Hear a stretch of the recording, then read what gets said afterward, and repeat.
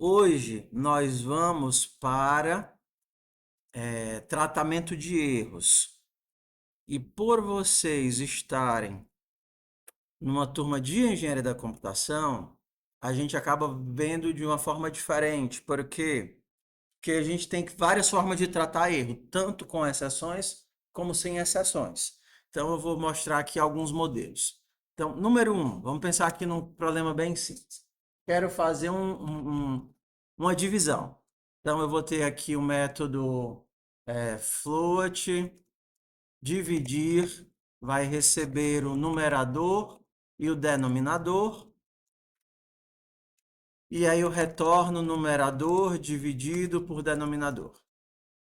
Tá certo nosso método? Qual é o problema dele?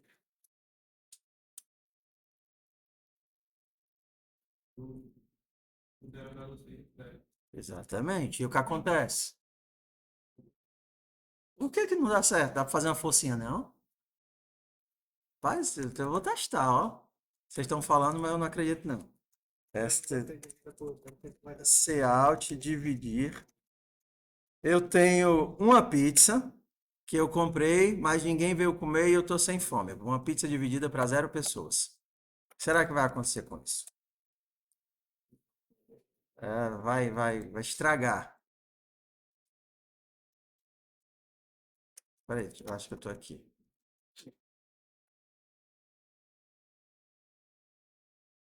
Cara, que marmota é essa?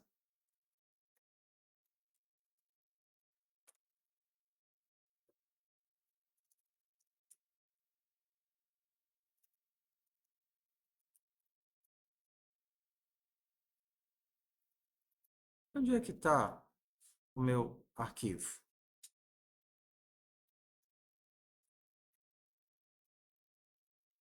Vamos ver o que é que vai acontecer.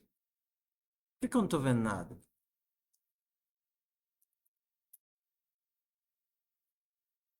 Ué, ué. E se eu tentar fazer assim? 2 dividido por 0. Ah, o que é que vai acontecer aqui, ó?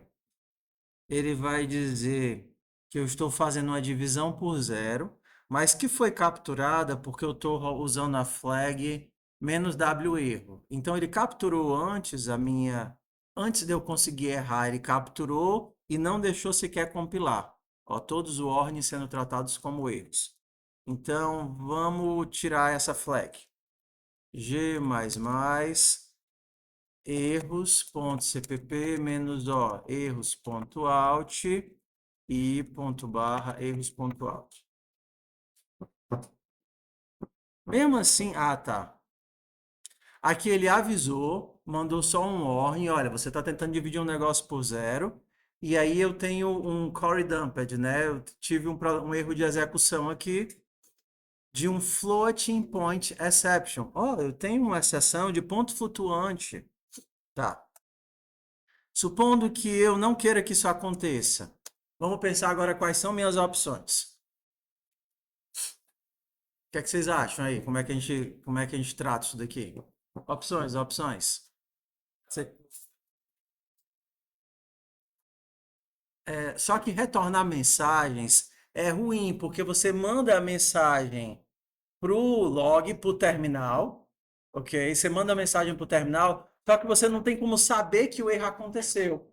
O que eu quero é uma forma de mandar executar o problema, ó, resolve isso para mim, e ele vai ter que me dizer, olha, não consegui por isso, não consegui por isso, não consegui por isso. Então aí a gente vai ter que pensar. Opções. Uma das opções que a gente faz em C é essa daqui. Vou colocar opções de baixo nível, tá? Eu vou criar aqui um resultado, int resultado, beleza? Não, int não. Float resultado, e aqui eu dou um booleano. Essa é a primeira solução, tá bom? Vamos lá, primeira solução de baixo nível. Eu aviso na minha função se deu certo ou não deu certo, e o resultado eu jogo em algum lugar. Isso a gente faria em C. Então eu poderia fazer assim, ó. Se denominador for diferente de 0, aí eu vou colocar Resultado, recebe. Resultado, recebe numerador por denominador. Aí eu retorno o quê? Consegui ou não consegui? Então eu retorno true. E se não deu certo, eu retorno false. Beleza? Essa é a primeira solução. Ah, mas eu estou em C++. Eu tanto poderia fazer ponteiro, quanto poderia fazer referência. Sim ou não? Em ambos você está alterando o resultado? O que vocês acham? O que vocês acham? Funcionar, funciona. Em ambos os casos, você tem o elemento original e você altera o elemento original. Porém, conceitualmente, essa operação de erro para preencher um valor deve ser feito com ponteiros, para deixar explícito que o retorno de valor está vindo por outro elemento. Tá? Isso é. Como é que a gente chama? Né? Procedimento padrão. Tá? Então, procedimento padrão seria isso. Você coloca isso daqui obrigatoriamente como ponteiro para explicitar. Olha, eu estou usando essa variável para preencher a informação. E mesmo que funcione com referência, a gente usa ponteiro. Tá? E aí aqui funciona. Eu tentaria assim. Se dividir, tentaria assim. Int resultado. Vou inicializar com 0. Se dividir de 4 por 0, colocando no endereço de resultado, deu certo? Cout, o resultado foi resultado.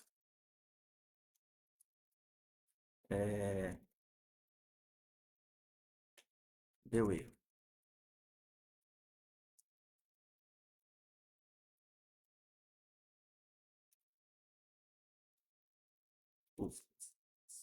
Fiz errado, que fiz errado, não é int, é float. Beleza? Primeiro, foi aqui, então esse aqui é o primeiro caso. Você vai acabar encontrando isso daqui em C com alguma frequência. Deu erro, mas se eu tentar dividir por 3, o resultado foi 1. Por quê? Porque aqui são dois inteiros, né? Então eu vou ter que forçar que pelo menos um deles seja ponto flutuante para poder dar certo. 1,33. Tudo bem? Caso 1, bora acompanhar todos os casos. Caso 2, que é a forma, entenda? Diz. Hum.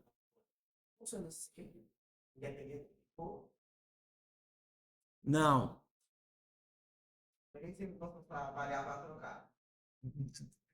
Depende do tipo. Ele vai tentar, mas isso pode dar erro. Por exemplo, você não pode trocar uma string para float, mas você poderia fazer conversões entre tipos que ele conhece. No C, isso daqui não vai dar erro. No C++, isso daqui é trocado pelo static cast para float. Mas desde que você esteja trabalhando com tipos que você conhece, como é, meu pai?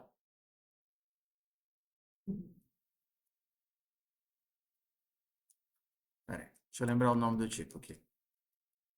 Static cast para float de denominador. Lembrei. Assim. Assim. Vai, sai vermelho, pronto. Eu estou transformando esse carinha que era um inteiro em float. Estou jogando ele para um cache estático e por acaso se não pode ser feito, ele vai me avisar um erro. É como assim você não vai saber do tipo que está fazendo? Vocês lembram que a gente também pode fazer templates, metaprogramação. Você pode não saber qual tipo que está entrando na função, entendeu? Ah, eu poderia estar. Aqui é um inteiro. Aqui obrigatoriamente eu estou passando para inteiros, mas eu poderia estar mexendo com o tipo type name, que eu não conheço. Poderia ser um inteiro, um char, uma coisa de 4 bytes, 8 bytes, 20 bytes, um long int, um qualquer coisa. Entendeu? Então, nesse caso, independente do tipo aqui que está passando, ele vai tentar, em tempo de compilação, transformar esse negócio em float. Se der certo, ótimo, ele compila. Isso é a forma mais segura. Essa daqui também funciona para o nosso escopo, né? Para o nosso problema. Isso é equivalente a fazer só este breguesso aqui. É a mesma coisa. Tudo bem? Era essa a pergunta? Ótimo. Tá? Então, pronto. Aqui a gente tem primeiro caso. Primeiro caso, retorna um booleano e bota o resultado no outro local. Segundo caso, que é aí o que vocês vão achar muito em C++. Em C++, como é que ele faz? Ele vai te dar opções. Uma das opções vai ser esse tratamento de erro manual, baseado em retorno, e outro vai te dar baseado em exceções. Então, quase todas as funções, elas têm uma coisa dessa. Por exemplo, se você cria um vector, só dar um exemplo aqui. Vector de int, vet, que tem 1, 2, 3. Você tem um método at, ó. O método at, ele tenta acessar o elemento, só que ele dispara uma exceção se por acaso o elemento não existir. A gente vai chegar em exceção daqui a pouco. Então, se você quiser trabalhar com exceções, você usa o método at, ou seja, você vai fazer verificação de limite. Todo acesso você vai fazer verificação de limite. Toda leitura você vai fazer verificação de limite. Por que é que isso é bom? Porque você tem segurança. E por que é que isso é péssimo? Porque se você não precisa, você sabe que está dentro dos limites, você está desperdiçando poder computacional. Você está fazendo verificações que são desnecessárias. Além do método at, ele vai te dar o acesso direto. Então, esse daqui tem verificação de limite e esse daqui não tem verificação de limite. Qual dos dois você quer? Depende do que você precisa. Tá? Só estou dizendo que você tem as duas opções. Uma outra forma muito comum de a gente fazer isso, principalmente em C++, é usar pares. Acho que a gente nunca tinha usado empacotadores, mas existe uma coisinha, tuplas, pares, booleano e float. Pronto. O que é que essa função faz? Ela vai te retornar não um valor, mas uma tupla, onde o primeiro resultado vai ser um booleano e o segundo resultado vai ser um float. Isso aqui é útil pra caramba para coisas pequenas. Porque se essas duas coisas tivessem muito significado ou fossem importantes de serem nomeadas, era melhor ter criado uma classe. Mas para coisas pequenas, como retornar se deu certo ou não e o valor, isso daqui dá certo. Então, por exemplo, se por acaso eu conseguir resolver, se o denominador existe, eu vou retornar true e o resultado. Se por acaso não existe, eu vou retornar falso e zero. Olha como é limpinho a escrita.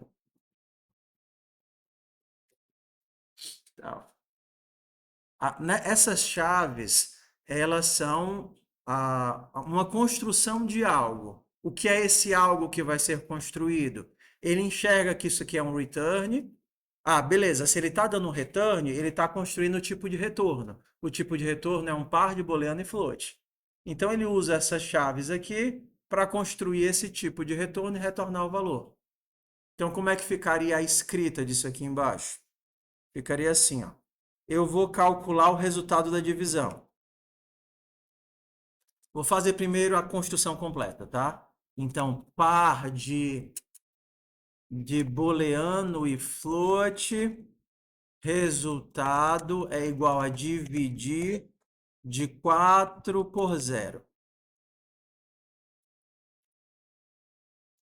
Se resultado ponto first, se deu certo, resultado foi resultado ponto second. Quando a gente tem uma tupla, a gente acessa os elementos da tupla por first e second. O primeiro elemento é o first e o segundo elemento é o second. Então, esse pacote aqui, ele não é acessado por índices, primeiro e segundo, elemento índice 0, elemento índice 1. Ele é acessado assim, primeiro e segundo elemento. Tá bom? Ah, se eu não me engano, também tem um get 0. Get, get, esqueci. Tem outra forminha de fazer isso, mas não lembro não, tá? Isso daqui é feio, tá certo? Tá vendo aqui esse breguês como é feio? Uma forma de fazer, de resolver essa feiura, é você desempacotar logo de cara. Você poderia, vou colocar até comentado, que a gente vai usar muito isso em árvores, na tabela hash. Mapas. Seria assim, ó.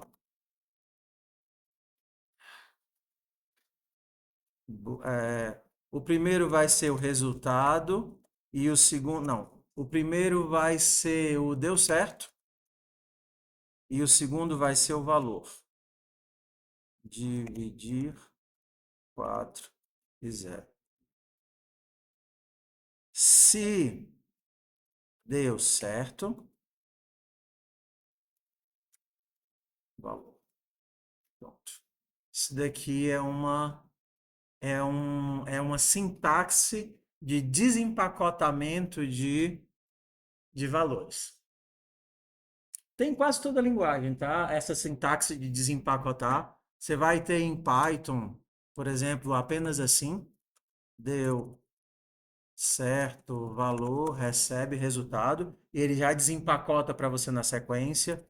Em JavaScript você teria uma coisa parecida.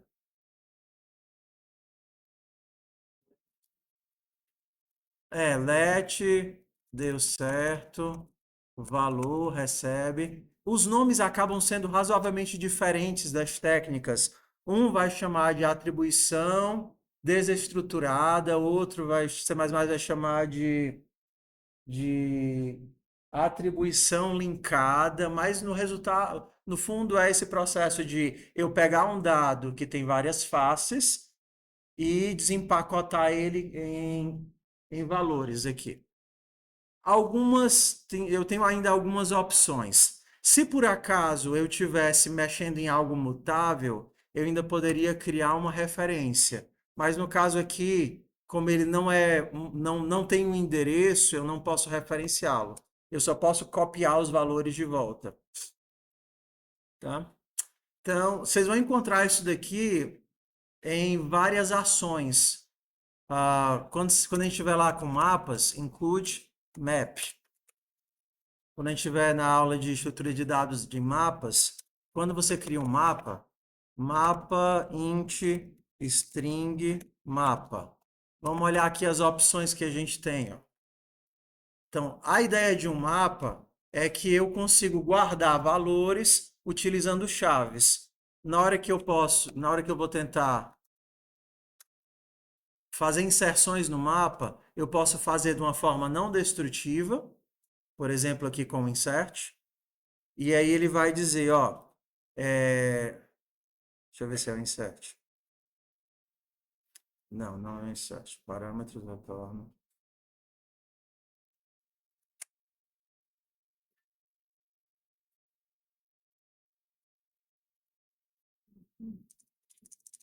Mapa.add begin in place arrays.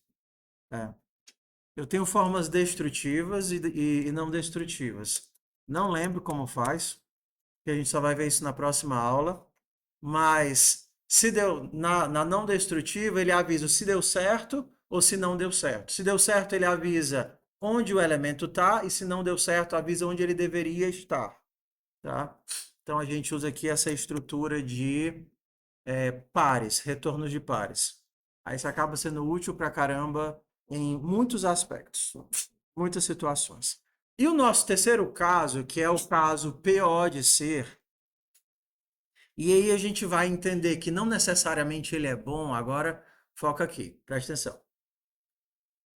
Isso de formas de retorno, obrigar o elemento a ser tratado ou não ser tratado, usar exceção ou não usar exceção, não é bom nem ruim, é característica de linguagem.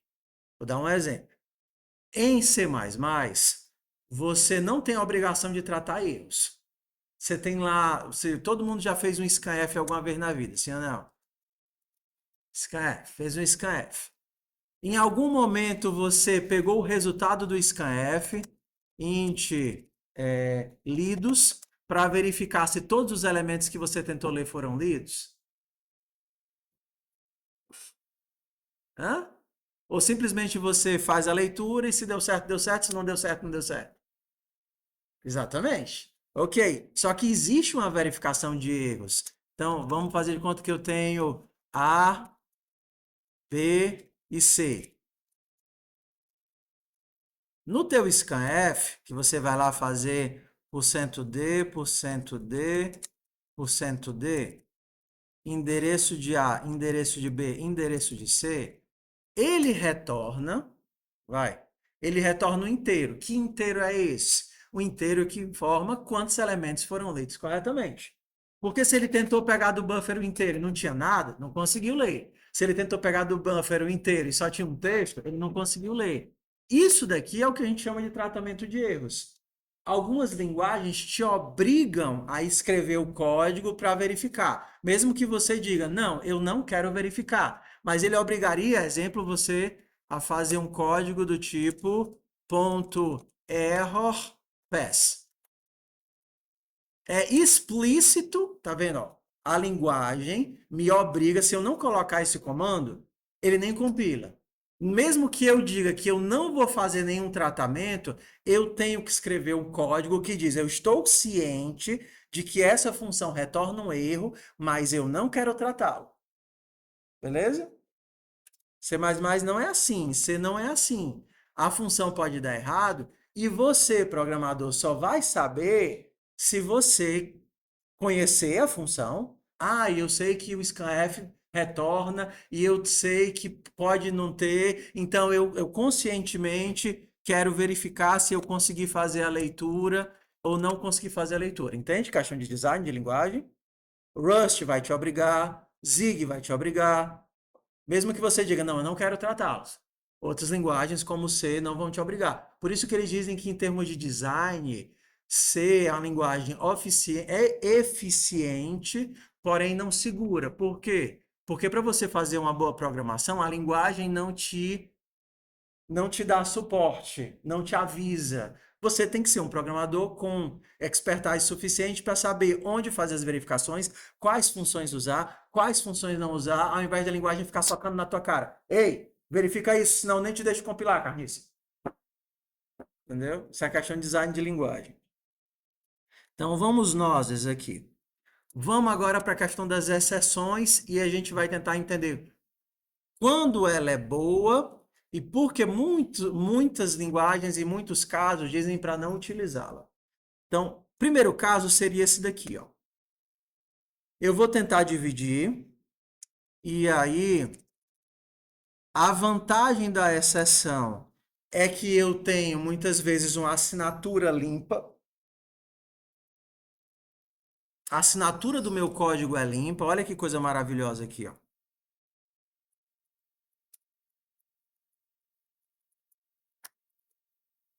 Se eu posso dividir, eu retorno a divisão. Se eu não posso dividir, eu vou literalmente explodir uma bomba, jogar um abacaxi, avisar, deu ruim, deu ruim.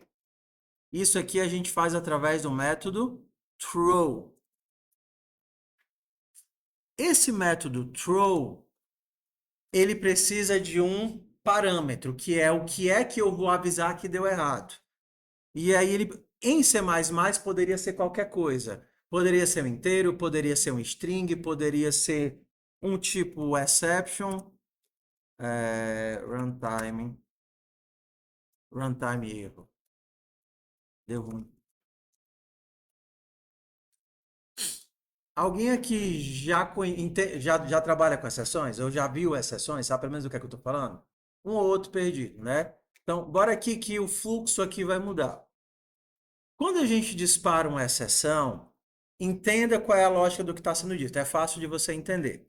Você está dizendo, o, o código atual não pode continuar. eu não sei resolver e eu vou jogar para cima, literalmente. Eu vou jogar para cima na expectativa de que alguém das camadas superiores resolva.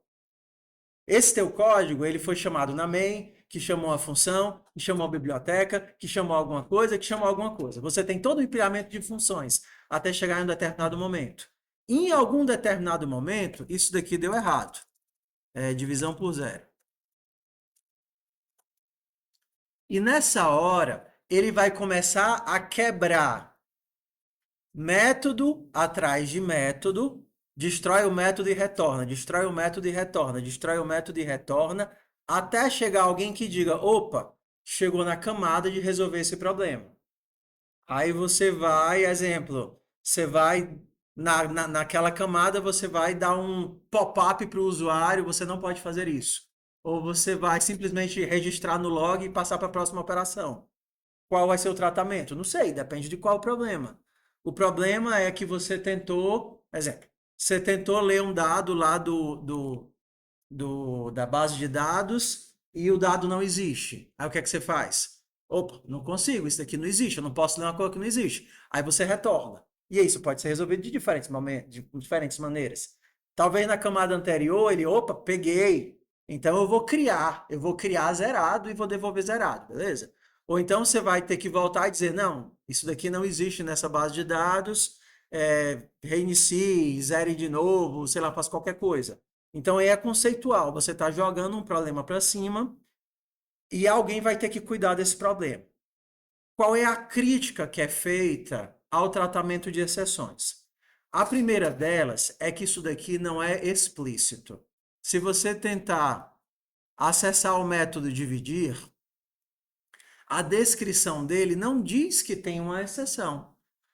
Ah, mas quando você acessou lá o método et, ele dizia, mas isso é documentação, não é recurso da linguagem. E o cara escreveu lá na documentação do método que tinha uma exceção. Então você tem que ler a descrição e saber que ele tem uma exceção. Você trata se você quiser, você trata se você conhecer. Esse é o primeiro caso.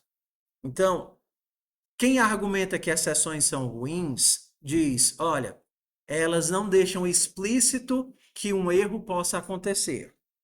Algumas linguagens, como por exemplo Java, eles têm uma opção de colocar na assinatura do método, ei, isso daqui dispara uma exceção. E, rapaz, vou morrer sem saber escrever throw. Throw, runtime, erro.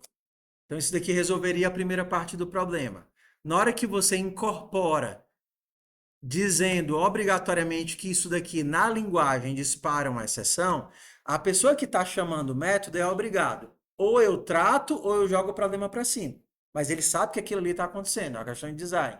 Você está lá em Java, você tenta abrir um arquivo, ele obrigatoriamente em Java, ele te obriga, ei, esse método aí de abrir arquivo pode dar um file not found. O que é que você quer fazer? Aí você tem que ou dizer, não, beleza, eu vou só jogar para cima, eu não vou tratar isso aqui, ou então eu vou tratar e avisar e resolver esse problema aqui. Então vamos lá, qual é o primeiro problema do tratamento de exceções? Vocês entenderam? Qual é o primeiro problema do tratamento de exceções? Não é explícito. Desculpa. Primeiro problema é que as exceções lançadas não são explícitas. C++ não é explícito, TypeScript não é explícito, JavaScript não é explícito. Se você souber que ali tem, ótimo. Se você não souber, pode passar batido e ali vai disparar a exceção e você não vai saber. Você vai ter que debugar. Java contorna isso colocando opção de deixar obrigatório ou não deixar obrigatório. Por que é que eu digo isso que é design de linguagem? Algumas pessoas argumentam que isso aqui é muito ruim, que o objetivo do tratamento de exceção é, através de um design inteligente, imagina aí que você tem uma cadeia de eventos. O último evento dispara um problema. Você quer colocar um último evento disparando um problema. Se você obriga isso daqui, você teria que mexer em todos os métodos da tua cadeia de eventos para avisar que esse problema que foi lançado aqui vai ser tratado lá na ponta. Isso quebra a modularidade. Como é que eu quero colocar um problema aqui para tratar aqui e eu tenho a obrigação de tratar em todos os métodos da cadeia de eventos? Eu não quero isso. Eu quero poder disparar o problema aqui, quero ver o meu problema subindo sem mexer em ninguém no caminho e quando chegar em cima eu resolvo ele. Ok? Entende que é questão de design de linguagem? Então, para algumas pessoas dizer, não, eu não quero, na minha linguagem, para os problemas que eu resolvo, colocar essa obrigatoriedade, porque isso quebra a modularidade das minhas soluções. Eu quero que seja opcional e para poder fazer esse encaixe. Disparei a exceção, ela simplesmente sai subindo, ninguém do meio do caminho sequer entende que ela existe, ela só vai sair subindo, subindo, subindo, subindo, subindo, subindo, cheguei lá em cima, capturei e resolvi. Ok. Beleza? Segundo caso. Primeiro caso, essa questão ela é transparente, muitos. Ser transparente ou não ser explícita pode ser bom ou pode ser ruim, depende do problema que eu tô, da classe de problemas que eu resolvo para a qual a minha linguagem foi criada. E o segundo é que ela é muito mais lenta do que um retorno comum. O retorno comum é muito mais rápido que uma exceção, que obriga a toda transferência do conjunto de dados, você tem toda a pilhazinha montada, aí você tem que fazer uma série de movimentações para poder lançar essa exceção para ela chegar no local. Isso causa uma sobrecarga. Retorno padrão, via retorno, mesmo que seja feio, tenha que ter o retorno, retornando, retornando, retornando, manualmente, como a gente fez nos dois primeiros casos, é mais rápido. Então, se o teu objetivo é uma linguagem para desempenho puro, aí você não bota exceções. Você está trabalhando em tempo real, aí você não bota exceções. É melhor um código feio que é rápido, porque o teu problema é resolver uma coisa em tempo real. Então, entendido por como é que elas são boas ou ruins, não é resolução para tudo, vamos entender como é que elas funcionam, tá? Então, primeiro caso, quando eu disparo uma exceção, vou disparar um aqui, ó. Throw. Vou disparar um abacaxi. Pronto, meu código vai ser só esse. A minha função vai disparar um abacaxi. Esse abacaxi vai quebrar a função que ele está. Cout eu.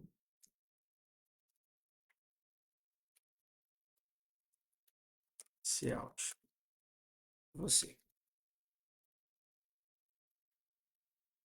O que é que a gente vai ver? Ele chega no throw, ele quebra a main e o você nunca vai aparecer. Aí o que aconteceu? Função terminada após o lançamento de uma instância do tipo texto. Aí eu tive uma exceção que estourou a minha main não conseguiu terminar, que a main foi estourada pelo abacaxi, e aí eu nunca chego no você. Como é que eu capturo uma exceção? Eu capturo uma exceção quando o meu throw é feito dentro de um famoso try catch. Catch. Try catch. E esse catch precisa capturar alguma coisa. Const char asterisco e catch. Cout e. Então vamos lá. O eu vai aparecer? Acompanha aqui comigo. Eu aparece? Aparece. Aí o próximo bloco, ele só abre uma captura de exceções. Aí ele atirou um abacaxi para cima. Só que o abacaxi já está dentro do try. Automaticamente ele vai ser verificado. Ei, eu consigo pegar esse abacaxi? Qual é o tipo desse abacaxi? É um const char. E o que é que isso aqui está pegando? Um const char. Então ele entra dentro desse catch e resolve o problema. Avisa que teve um abacaxi e aí chega no fim. Vou colocar aqui fim. Então aqui está o nosso fluxo. Eu, abacaxi, fim. Beleza? Se eu mover o meu fim para cá, eu terei a impressão da palavra fim.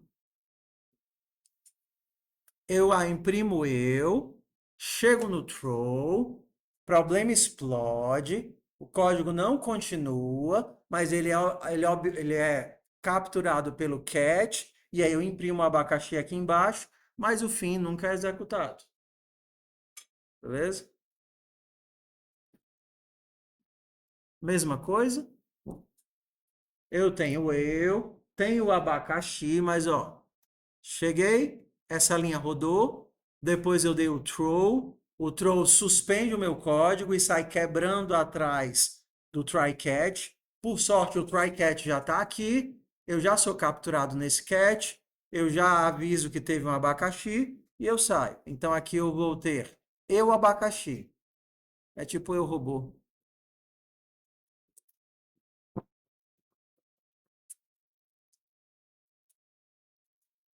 E agora?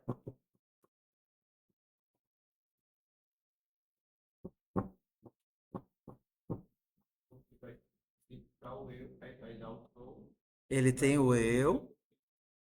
Perfeito. Tem o throw suspende, chega no catch, avisa que teve um abacaxi, e aí eu chego no fim. Tudo bem? Então, vamos ver. Oi. Sim. Por exemplo, se é, int value, int value, sim, value, if value igual a zero, abacaxi. Beleza? Então, bora aqui, ó. Se eu digitar zero, o que é que eu vou ver? Quais são as mensagens que eu vou ver se eu digitar zero? Abacaxi e fim. Se eu digitar zero, ele entra no if, dispara o abacaxi. Sou pego pelo cat, imprimo abacaxi e imprimo fim. Se eu digitar eu vou ver o quê? Se eu digitar eu não disparo o throw, não vejo abacaxi e não vejo fim. Não vejo nada.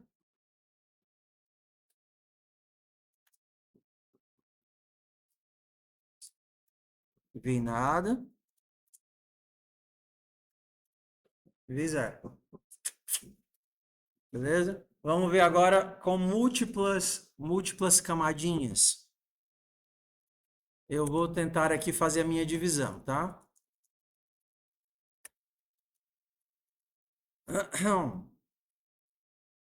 Vou fazer a minha divisão. Se por acaso eu conseguir dividir, eu retorno. Se eu não conseguir, eu vou retornar um runtime error.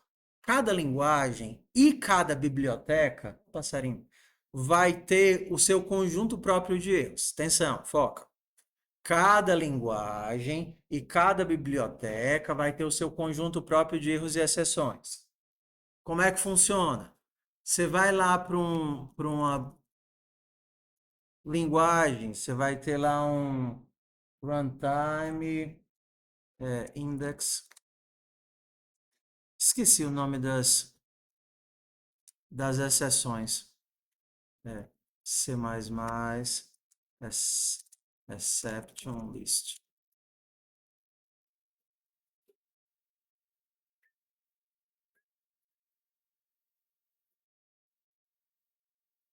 Pronto. Essa daqui são as exceções padrões da linguagem. São para problemas comuns da linguagem, ele dispara essas coisas aqui. Então, se você tentar fazer uma leitura, uma conversão de algo que não existe, ele pode disparar um invalid argument. Então, ao invés de eu poderia aqui um invalid argument. Tudo isso são tipos de exceções diferentes. Erro de domínio, erro de tamanho, erro de range, erro de overflow, underflow, regex, tal. Então, assim, esses daqui são os tipos padrão de exceções da linguagem, tá? Por que que eu disse cada linguagem e cada biblioteca? Quando você instala ou vai usar uma biblioteca diferente, ou para um determinado problema, essa biblioteca vai ter suas próprias exceções.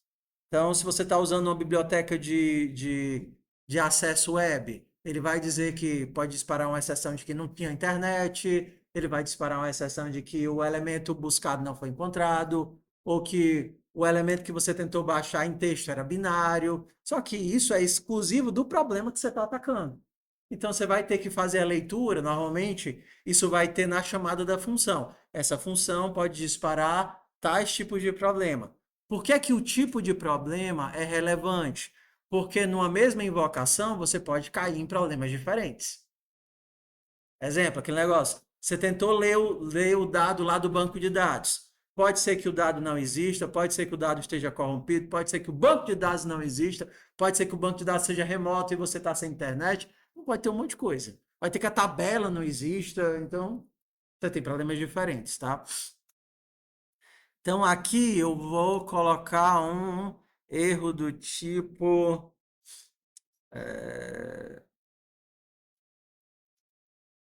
Acho que esse ficou bom. Argumento inválido.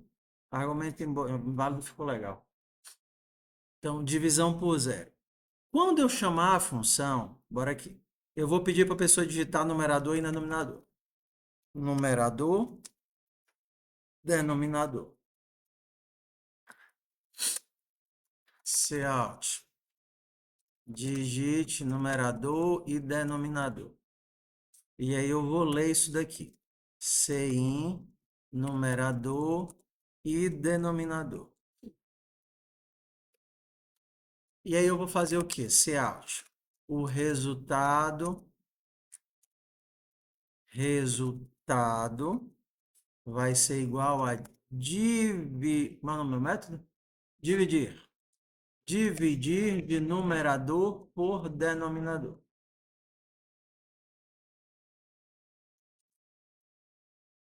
Esse dividir pode gerar o problema. Então, aqui eu posso fazer o tratamento de erro. Cat, qual é o nome do meu erro? Invalid argument. Se for um tipo invalid argument, eu vou dizer, você não pode fazer essa divisão. Beleza? Bora lá. Tentei fazer a divisão, se deu errado, deu errado. Então, bora testar. 4 por 3. Ótimo. 6 por 0. Você não pode fazer essa divisão. Ok? Bora. E se eu tentar fazer 4 dividido por 0? O que acontece?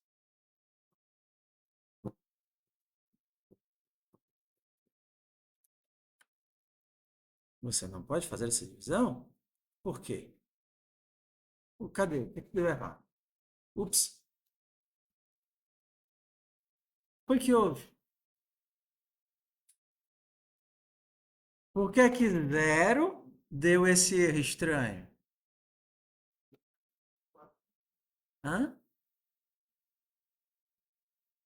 0 não é uma string? Vamos lá, vamos entender. Quando eu faço essa inicialização aqui, eu não inicializo com lixo. Eu coloquei 0 no denominador. Quando ele tentou ler, ele não conseguiu ler.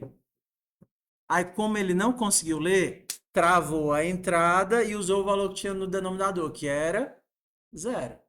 Só que eu não fiquei sabendo que deu erro, né? Aí eu teria que fazer aqui um loop, né? Se sem. Ó, agora aqui não é exceção, é tratamento manual, né? Tem um ponto. Qual é o negócio para saber se deu erro?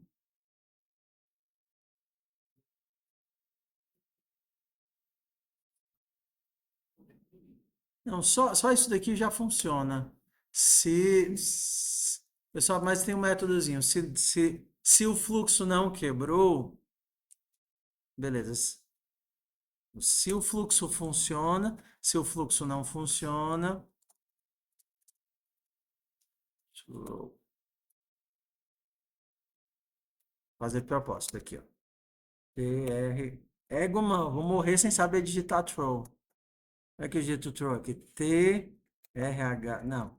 THR rodado. Invalid argument. Apenas números. E aí, vai funcionar o nosso código?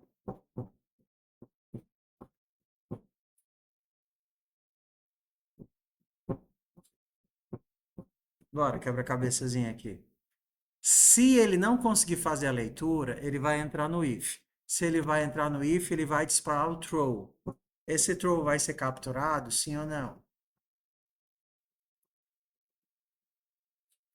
Capturado por quem? Por esse try aqui? Não, porque esse throw tá fora do try. Se eu tentar fazer isso, eu vou quebrar minha 3 e 5. Ó, tá vendo? Ó? Eu disparei o invalid argument, só que ele não foi capturado por esse try, porque ele está fora do try. Teria que fazer assim.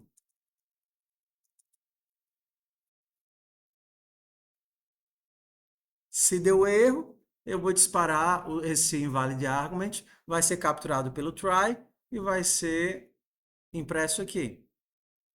Poderia até. Ah, é engraçado a forma como o C++ trata as mensagens de erro. O cara que fez isso nesse dia estava com muito bom humor. Invalid argument. É, você passa aqui o parâmetro, né? É ponto. What? Como assim? O que foi que deu errado? What? Hello. Por exemplo, em Java é bem bonitinho, tipo get error message, um negócio assim bem fofinho. Aí o cara, porra, de um negócio desse tamanho, bota só o watch mesmo e resolveu.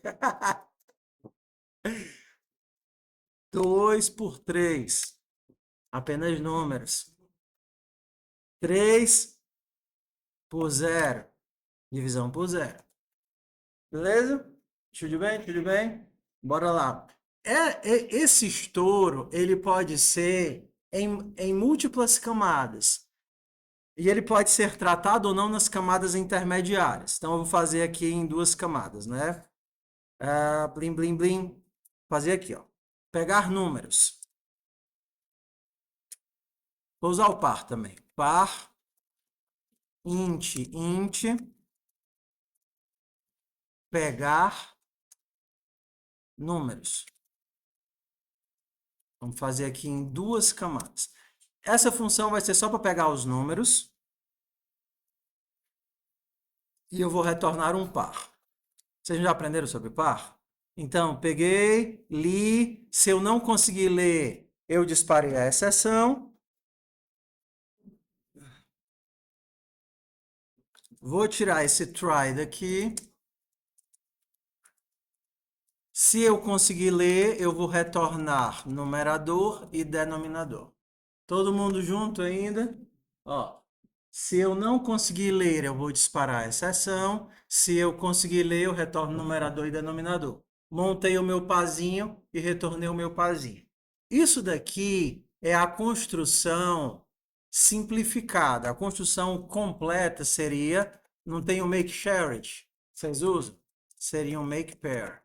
Make pair int. Só que como a gente sabe que, como ele sabe que isso daqui é um par inteiro, você pode só fazer isso daqui que ele vai fazer a atribuição certinho. Beleza, olha como é que fica o nosso código agora. Pá, pá, pá, pá, pá. Ó, me livrei disso. Me livrei disso. Botei o meu try aqui. Out. Numerador, denominador, recebe. Pegar números. E aí eu vou mandar imprimir numerador por denominador.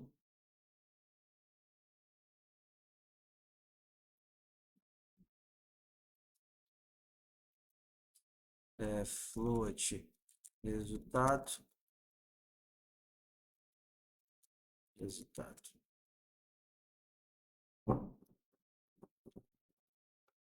Se eu pegar números da erro de leitura, vai estourar, vai ser pego aqui no try, vem para cá. Se o dividir der erro de divisão por zero, vai estourar, vai ser capturado no try, vem para cá. E aí o nosso código agora está com o que eles sugerem quando se, assim, de boas práticas de programação. Dentro de um método ou dentro de um bloco, as chamadas têm que ter o mesmo nível de abstração. Não faz sentido você ter uma função que faz um zilhão de coisas assim em alto nível e outro monte e um monte de código que está no outro nível de abstração, fazendo coisas muito pequenininhas. Então, o ideal é que as funções elas sejam mais ou menos no mesmo nível de abstração para que o processo de leitura faça sentido. Peguei os números, dividi, mostrei o resultado. Ok, estou dentro do mesmo nível de abstração. O nosso código antigo, eu resumia muito, dividir e botava um monte de código para pegar números. Então agora está melhor de ser lido, melhor de ser escrito. Então, 0 e 2, apenas números. Ah, mas 0 é número. Tá? É apenas dígitos, né, que eu devia ter dito. 0 dividido por 0, divisão por 0. Ok? Dependendo da linguagem, você vai ter formas diferentes de trabalhar esse try-catch aqui. Então, uma dessas formas seria a seguinte coisa. Se você tem tipos diferentes, tá vendo aqui? Agora eu tenho um argumento inválido e eu tenho uma string. Quando você vai fazer o catch, você tem que dizer o que é que você está obtendo. Então, se você tiver com uma string, você trata a string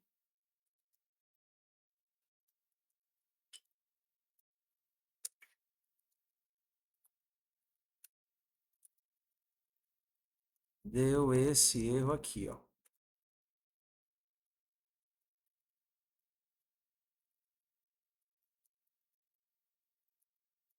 Isso aqui já é uma string.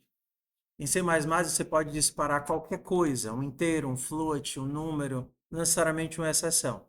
E aí quando você dispara, você captura e trata. Agora, se for o string, eu estou capturando de um jeito, se for um argumento inválido, eu estou capturando de outro, e se não for nenhum nem outro, eu esqueci como é o padrão aqui. É default? Não, não é default, é quando não é nenhum nem outro. Esqueci. Você pode colocar um parâmetro, uma chamada default para quando não é nenhum nem outro. Eu esqueci, vocês pesquisam aí. Cada linguagem é de um jeito diferente, aí a nossa mente buga. Hã? Final é em Java, será que também é aqui? Não. É não, eu vejo já. Eu pesquiso já como é o. Em Final é em Java. Quando não foi nenhum desses, você dispara esse. É difícil exceções? Não, não é difícil. Uma coisa que a gente pode, uma forma de a gente utilizar ele nos nossos trabalhos agora é, ao invés de ficar dando print das coisas erradas dentro da função, a gente dispara uma exceção com a mensagem e captura essa exceção lá no loop principal.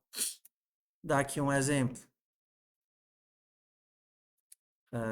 Blá, blá, blá. Oi. Poderia, por exemplo, para evitar quais, eu posso dizer. Ó, vai na. Não. Vocês não têm a disciplina de padrões de projeto. PO, ele é só o arranhar do problema. A gente entende como é que as coisas se montam. Mas, na realidade, as coisas não são montadas de forma aleatória. existem padrões de projeto que para cada grupo mais ou menos específico de problemas, tem uma forma de montar as estruturas para chegar no resultado em que outros vão bater o olho e, ops, entendi o que esse cara está fazendo. Entendeu? Então, a disciplina de PO seria complementada por essa. Aí você vai ver um monte de padrões, inclusive existem padrões de tratamento de erros.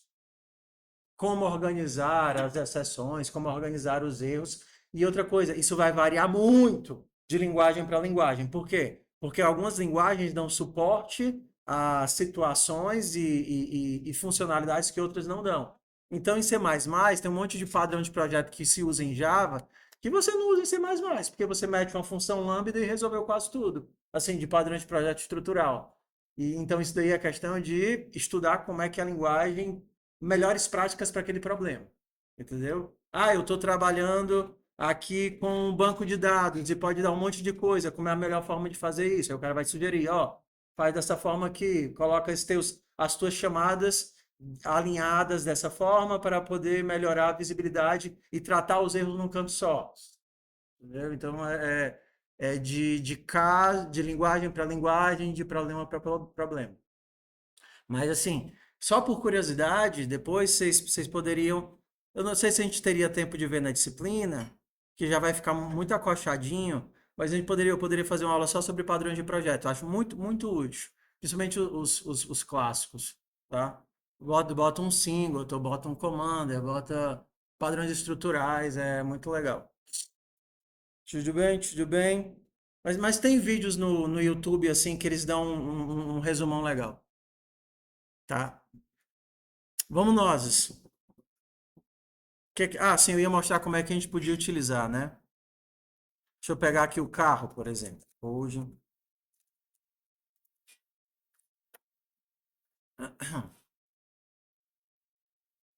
Tá vendo aqui o nosso carro não tem nada aqui. Nosso carro tá seco só com o loop principal. Uma forma de não ficar mais dando aqueles console.log no meio do mundo é fazer assim, ó. Pega esse while, tá vendo que o while tem 1 milhão de chamadas? Pega esse while todinho e coloca ele dentro de um try catch. Na verdade, esse while não era nem para existir, porque ele é muito feio. Mas quando eu tentei fazer com padrão de comando, ninguém entendia o que a gente estava fazendo. Eu disse, volta pro if else, que pelo menos todo mundo sabe o que é que está fazendo. Ó, o meu while está fazendo chamadas para o meu carro. Todo mundo entende o que é isso, né? O meu loop infinito aqui, que pega o comando, chama o comando e retorna a invocação. Pega o comando, chama e volta. Pega o comando, chama e volta. Olha o que eu vou fazer. Vou empacotar tudo isso daqui num try e colocar um catch aqui no final. E o meu catch vai ser do tipo string erro.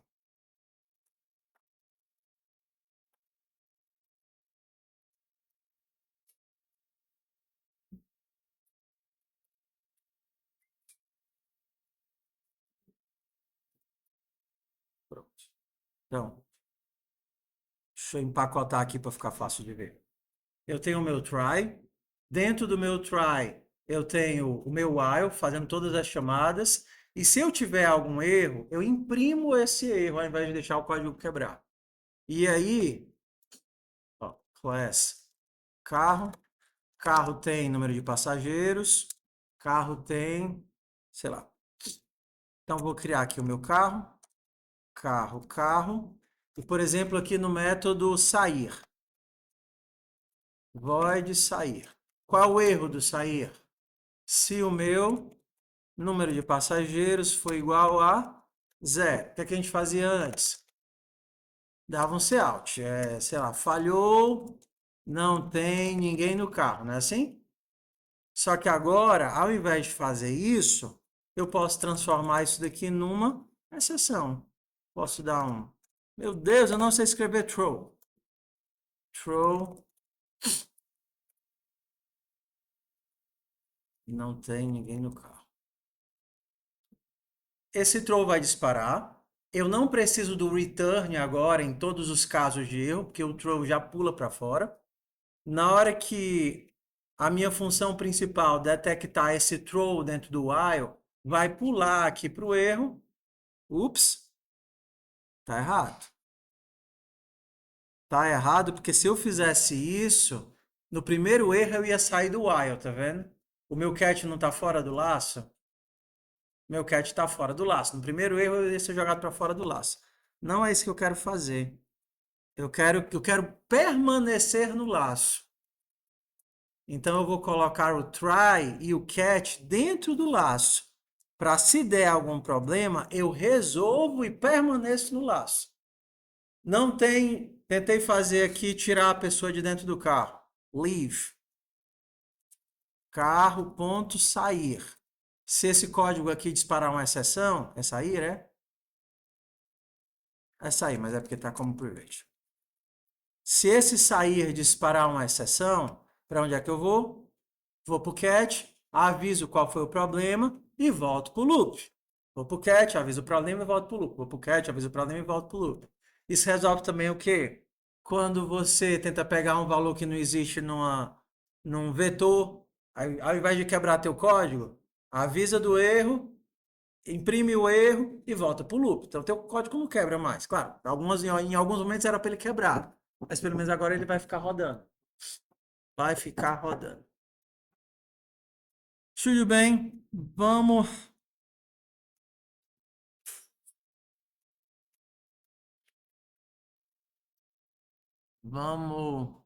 contar piada para eu